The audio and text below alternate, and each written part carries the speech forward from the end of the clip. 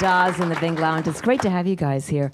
I was thinking as I was watching you singing and playing all together that you've been having such a really busy spring. You were at South by Southwest, staying up all hours and getting up really early and singing it, on command. Yeah. that it's like something you just have to be ready to do right now at this point. Yeah, no, it's always really we always look forward to it. Different ways of doing the songs. Like, we've never done a show that's just piano and acoustic guitar with vocals, and so there's always the different setups and arrangements we've had have been really exciting, and no matter what time of day it is, I guess. Yeah, and it's a nice challenge to see how you're going to kind of, do it and take it on.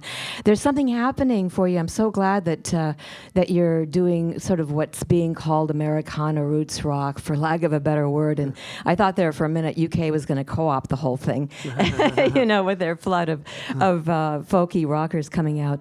But you're from Los Angeles, and that's kind of a surprise, instead of being from the hills of Vermont. Right.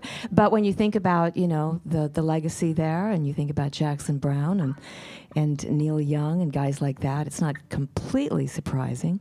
Yeah, definitely that kind of music was a big part of LA culture for a long time. Definitely went away, but when you look at Graham Nash and James Taylor and Joni Mitchell and Neil and Jackson and Warren Zevon and all that, it's LA in a lot of ways led the charge for that kind of that style of music. And I guess it's kind of your turn. What was that moment? Now you're on to your second album, but what was the moment when you guys all met and you went, yeah, we're going to do this, and Dawes, yeah, and what was Dawes anyway? Wiley, the bass player, and I were in a band before Dawes together, and when that band fell apart, we were going to start doing a new thing, and then Griffin's my brother, so that was, we knew that it was going to, whatever it was going to be with him, because he was finishing high school. And soon after we got that together and had a number of songs together, we met Tay, and we started playing around LA as much as possible. We recorded our first album. We didn't have a manager or a label or anyone who knew who we were, other than like our friends. So it was cool to make that and then go on our first tour, and from that start meeting people, and we're able to keep it going for a second.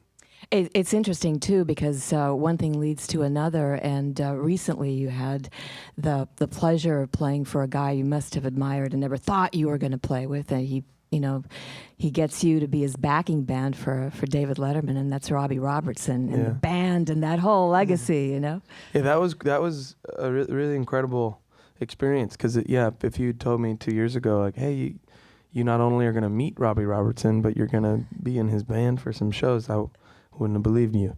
So it was definitely a incredible experience and a real honor to share the stage with him. But it was really cool that he picked all of us. He didn't do like, oh, well, your drummer's great, I'll use him, and then I'll use Eric Clapton on guitar, and because he could have done that if he wanted to. But instead he was like, I want to use your whole band, because I feel like that's a testament to how he maintains that, how a band works together that has been playing a long time together, is something to really take into consideration and something to be appreciated.